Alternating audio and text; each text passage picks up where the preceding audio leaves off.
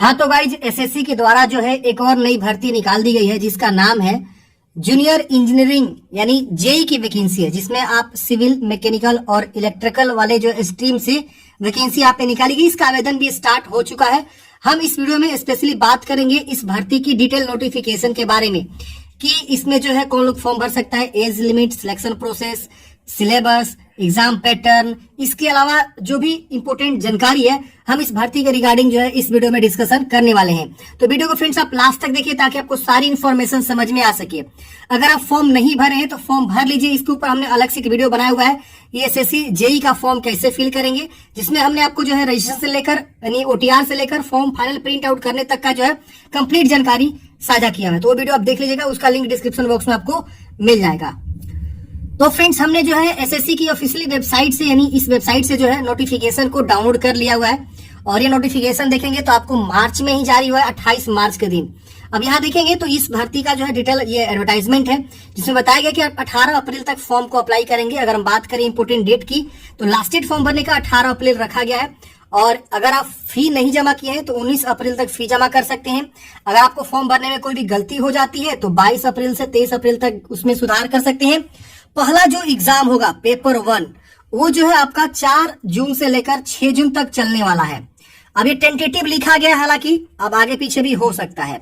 अब इससे पहले आपका एडमिट कार्ड आ जाएगा, एग्जाम सिटी चेक करने का ऑप्शन आ जाएगा। पेपर 2 जो इसका एग्जाम होगा यानी मेंस एग्जाम होगा वो जो है नोटिफाई लेटर बाद में आपको नोटिफाई किया जाएगा। यहाँ पे जो हेल्पलाइन नंबर है आप देख सकते हैं, अगर आपको कोई भी समस्या हो रही है तो इनके हेल्पलाइन नंबर पर बात कर सकते हैं। ये किस प्रकार के पद है समझिए। देखिए इसमें आप देखेंगे तो पद आपका होगा जेई का, जूनियर इंजीनियरिंग आपका पद का नाम रहेगा। अगर आप सिविल, मैकेनिकल या इलेक्ट्रिकल इन 3 डिपार्टमेंट में वैकेंसी है, मतलब 3 स्ट्रीम में वैकेंसी है। और जो गवर्नमेंट ऑफ इंडिया के ऑर्गेनाइजेशन है, ऑफिसेस हैं, उसके अंतर्गत आपकी पोस्टिंग होगी। अब डिपेंड करता है कि आपका कितना मार्क्स आ रहा है, पेपर 1 पेपर 2 में क्या प्रेफरेंस दिए हैं, उसके अकॉर्डिंग ही आपका यहाँ पे सिलेक्शन होता है। ये जो पद होगा ग्रुप बी टाइप का होगा, नॉन गेजेटेड होगा। सैलरी की बात करें तो लेवल 6 की सैलरी होगी 35,400 लेकर 1,12,400 आपकी जो है ये आपकी जो है बेसिक पे सैलरी है। 35,400 आपकी स्टार्टिंग सैलरी में, इसमें डीए पीए वगैरह जो ऐड होता है ना, तो ये जब ऐड होगा तो आपकी सैलरी जो है फ्रेंड्स 60 से 70 हजार के आसपास जो यहाँ पे जाएगी। तो ये सैलरी का जो है स्टार्टिंग जो है आपका ये रहता है, समझ रहे ना। अब डिपेंड करता है ये भी कि आप कौन से डिपार्टमेंट में ज्वाइन कर रहे हैं, बीआरओ में ज्वाइन कर रहे हैं या और भी बहुत सारा डिपार्टमेंट है, या किस ऑफिसेस में ज्वाइन कर रहे हैं, ये भी डिपेंड करता है। और सिटी कौन सा है, तो ये आपके 60 से 70 हजार के बीच स्टार्टिंग इन हैंड सैलरी मिलेगा। बाकी हर साल सैलरी वृद्धि भी होता है। 7th जो पे कमीशन होता है उसके बेस्ड आपका सैलरी यहाँ पे रहने वाला है। तो ये ओवरऑल आपको मैंने यहाँ पे सैलरी बताया हुआ है। एग्जैक्ट सैलरी डिपार्टमेंट पे डिपेंड करता है, किस डिपार्टमेंट, जैसे आप देखेंगे बीआरओ में वैकेंसी है, इसके अलावा देखेंगे ब्रह्मपुत्रा बोर्ड मिनिस्ट्री ऑफ जल शक्ति में है, सेंट्रल वाटर कमीशन में भर्ती है। तो कौन सा डिपार्टमेंट आपको मिलता है उसके हिसाब से थोड़ा बहुत सैलरी 10,000 5,000 अप डाउन होता है। और डीएपीए में भी आपको अप डाउन होता है क्योंकि डिपार्टमेंट वेरी करता है और शहर कहाँ आपने ज्वाइन किया वो वेरी करता है। अब देखिए यहाँ पे समझते हैं कि कहाँ कितनी वैकेंसी, इसके लिए एजुकेशन क्वालिफिकेशन क्या चाहिए। देखिए बीआरओ में देखेंगे तो जेई सिविल है और जेई इलेक्ट्रिकल एंड मैकेनिकल की वैकेंसी है। ये आपको जो है 3 आपकी वैकेंसी। इसमें देखेंगे डिग्री इन सिविल इंजीनियरिंग है, अगर आपने डिग्री कर रखा हुआ है सिविल इंजीनियरिंग में तो फॉर्म भर सकते हैं, या आपने जो 3 इयर्स का डिप्लोमा कर रखा हुआ है सिविल इंजीनियरिंग में तो आप फॉर्म को भर सकते हैं। इसके बाद से 2 इयर्स का आपको जो देखेंगे एक्सपीरियंस बोला गया, तो बीआरओ में एक्सपीरियंस मैंडेटरी है। अगर आप जेई ईएनएम से फॉर्म भरेंगे तो इलेक्ट्रिकल में अगर आपने डिग्री कर रखा है या मैकेनिकल में तो फॉर्म भरेंगे, या 3 साल का डिप्लोमा कर रखे हैं इलेक्ट्रिकल में, ऑटोमोबाइल्स में, मैकेनिकल में, इंजीनियरिंग में, इस तीनों में से किसी में से, इलेक्ट्रिकल, ऑटोमोबाइल्स, मैकेनिकल, तीनों में से किसी में, तो आप इस वाले पद के लिए एलिजिबल रहेंगे। आपकी मैक्सिमम उम्र जो है 30 वर्ष रखा गया है, तो आपकी उम्र 30 वर्ष हर एक जो है वैकेंसी के लिए रखा गया है। आप देखेंगे इस वाले जो है डिपार्टमेंट में कोई भी आपको एक्सपीरियंस नहीं बोला गया है। इसमें 3 इयर्स डिप्लोमा इन सिविल है तो फॉर्म भरेंगे जेई सिविल से। सेंट्रल वाटर कमीशन की वैकेंसी देखेंगे, आपका जेई एम मैकेनिकल है, बैचलर डिग्री या डिप्लोमा इन मैकेनिकल इंजीनियरिंग आपने कर रखा हुआ है, दोनों में से कोई, तो आप यहाँ या तो बीटेक कर रखे हुए जो इंजीनियरिंग वाला होता है इस वाले डिपार्टमेंट में, मैकेनिकल वाले डिपार्टमेंट में, या डिप्लोमा 3 साल का होता है वो कर रखे तो भी आप इस वाले फॉर्म में भरेंगे। जेई सिविल है, सी का मतलब सिविल, तो इसमें बोला गया कि अगर आपने बैचलर डिग्री का रखा हुआ है सिविल में तो भी फॉर्म भरेंगे।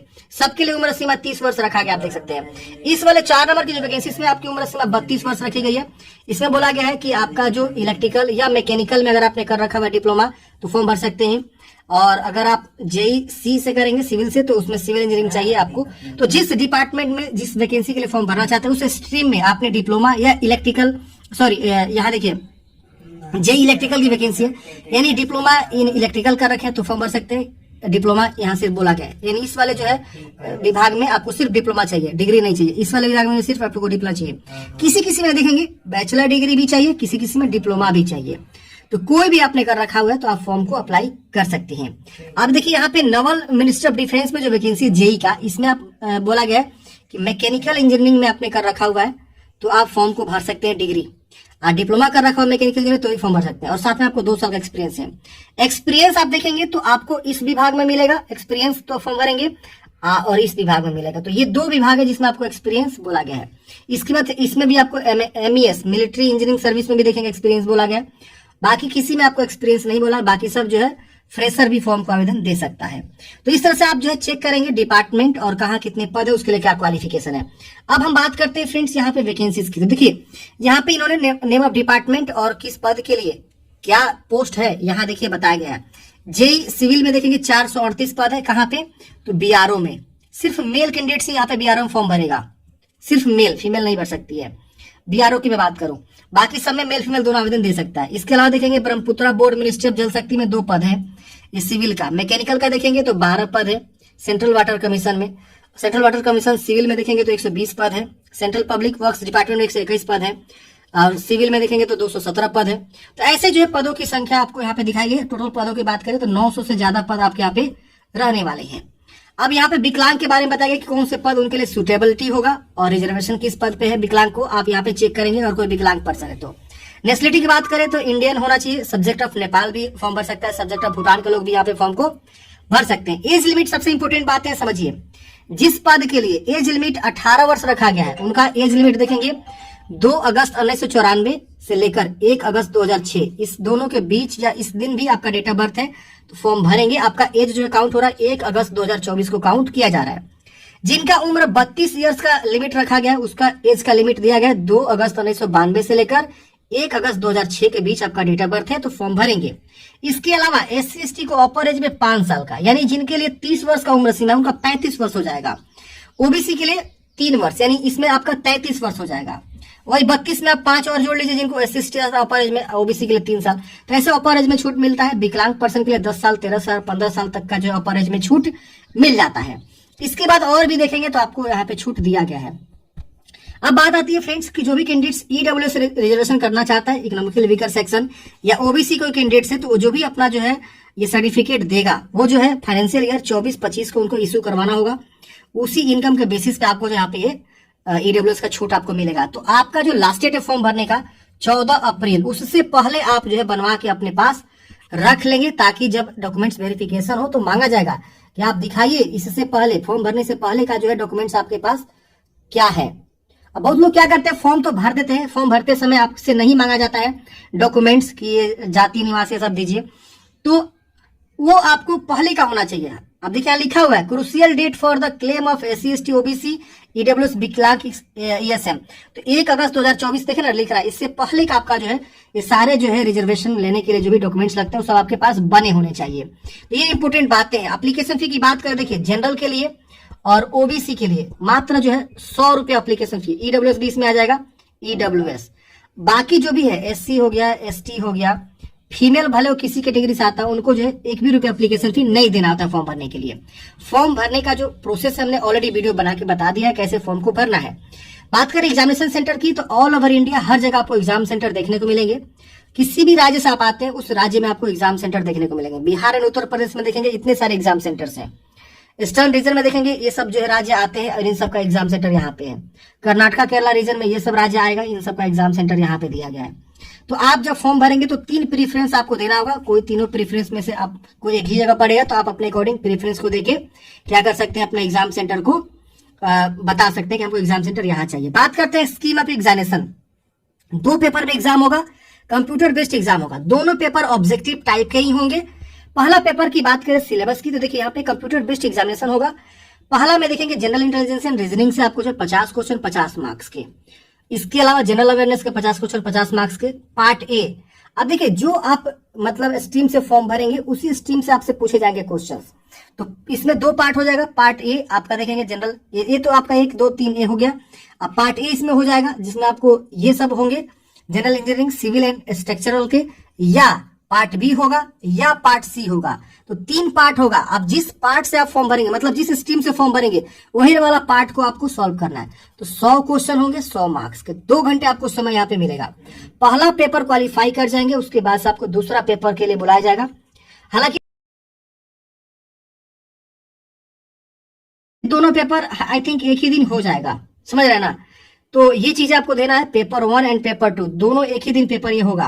और पेपर 2 में देखेंगे तो कंप्यूटर बेस्ड एग्जामिनेशन होगा, जिसमें आपका वही जिस स्ट्रीम से आप फॉर्म भरे हैं, पार्ट ए पार्ट बी। तो पार्ट ए है सिविल एंड स्ट्रक्चरल के लिए, पार्ट बी है इलेक्ट्रिकल के लिए, और सी है आपका मैकेनिकल के लिए। 100 क्वेश्चन 300 मार्क्स के, 2 घंटे आपको समय मिलेगा। दोनों एक ही दिन आपका जो है ये पेपर हो जाते हैं। अब इसमें देखेंगे आपको जो है ना बताया गया है कि अगर आप यहाँ पे part A part B part C क्या है, तो आप यहाँ पढ़ेंगे ना तो डिटेल में आपको जानकारी यहाँ पे बता दिया गया है कि पार्ट ए किसको सॉल्व करना है, पार्ट बी पार्ट सी किसको सॉल्व करना है। ये सबसे इंपॉर्टेंट पॉइंट है, आप इसे जरूर देखेंगे। दोनों में देखिए पेपर 1, देखिए पहले तो आपको समझना होगा 2 पेपर देना है, पेपर 1 और पेपर 2। पेपर 1 में ये सब आपके जो है सिलेबस रहेंगे, और पेपर 2 में स्पेसिफाई जो आपका जो है स्ट्रीम, उससे क्वेश्चन रहेंगे जो कि 100 क्वेश्चन रहेंगे। यहाँ पे भी 100 क्वेश्चन है, लेकिन यहाँ 300 मार्क्स का है, यहाँ 100 मार्क्स का है। तो ये चीज आपको देखना होगा। अब देखिए यहाँ पे नेगेटिव मार्किंग भी आपका रहने वाला है, और 0.25 का पेपर 1 में। पेपर 2 होगा आपका रॉन्ग आंसर होगा। यहाँ पे देखिए पेपर 2 में आपका 1 अंक रॉन्ग आंसर के लिए काटा जाएगा। हाँ, एक चीज और ध्यान देना, ये जो पेपर आपका 1 दिया गया इसका पहले एग्जाम होगा, ये विशेष ध्यान देना है। सॉरी मैं थोड़ा सा ध्यान नहीं दिया, क्योंकि यहाँ पे लिखा हुआ है कि सबसे पहले आपका जो है पेपर 1 होगा। पेपर 1 यानी प्री एग्जाम, इसको आप समझ सकते हैं, और इसको आपको मेंस एग्जाम समझना है, प्री और मेंस। तो प्री एग्जाम पहले होगा, जो कि आपका जून में ही बोला गया है कि 4 से 6 जून के बीच आपका एग्जाम कंडक्ट करे जाएंगे। उसके बाद में बताएंगे पेपर 2 आपका कब होने वाला है। तो ये आपको ध्यान देना है। पेपर 2 में आपका सिर्फ आपके स्पेसिफाई सब्जेक्ट रहेंगे, जो कि 100 क्वेश्चन रहेंगे।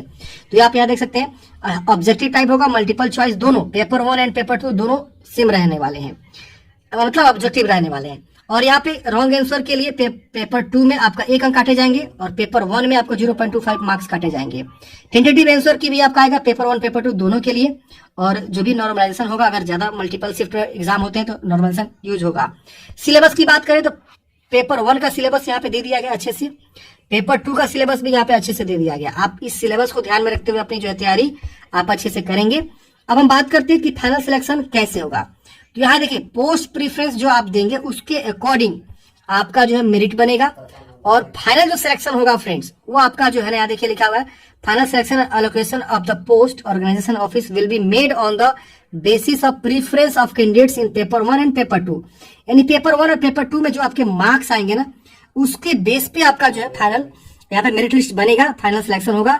और ये भी डिपेंड करता है कि आप कौन सा प्रीफरेंस दिए हैं, तो उसके बेस पे भी आपका यहाँ पे सिलेक्शन होगा। कौन सा डिपार्टमेंट आपको अलॉट हुआ है, कौन सा ऑफिस अलॉट हुआ है, उसके अकॉर्डिंग आपका यहाँ पे मेरिट बनने वाला है। यहाँ देखिए आपको बताया गया once a post allotted no change. आप एक बार पोस्ट अलॉट हो जाते हैं तो आप चेंज नहीं कर सकते हैं। तो यहाँ मेरिट कम प्रीफरेंस के बेस पे भी आपका फाइनल अलॉटमेंट यहाँ पे होता है। तो ये फ्रेंड्स हमने जो है पूरी इन्फॉर्मेशन इस भर्ती के बारे में आपको बताया है। इस भर्ती की सारी जानकारी हमने आपको बताया हुआ है। आपके मन में अगर कोई भी डाउट्स है इस भर्ती के रिगार्डिंग, आप हमें कमेंट बॉक्स में पूछ सकते हैं। इसमें आपका जो 2 एग्जाम होगा, पेपर 1 जो कि आपका पहले ही हो जाएगा 4 जून को, फिर आपका पेपर 2 होगा जो कि आपका बाद में नोटिफाई करे जाएंगे। तो वही हमने आपको बताया यहाँ पे पेपर 1 और पेपर 2 का जो सिलेबस है यहाँ पे आप देखेंगे तो यहाँ पे जो है दिया हुआ है, थोड़ा सा नीचे आइए यहाँ पे, ये देखिए पेपर 1 और पेपर 2 का सिलेबस यहाँ पे देखिए, ये एग्जाम सेंटर का हो गया। ये देखिए पेपर 1 जो कि पहले हो जाएगा 4 जून से 6 जून के बीच होगा, टेंटेटिव है। पेपर 2 बाद में आपको नोटिफाई किया जाएगा। तो आशा करता हूँ फ्रेंड्स आपको जानकारी समझ में आएगा। मिलते हैं किसी नेक्स्ट वीडियो में।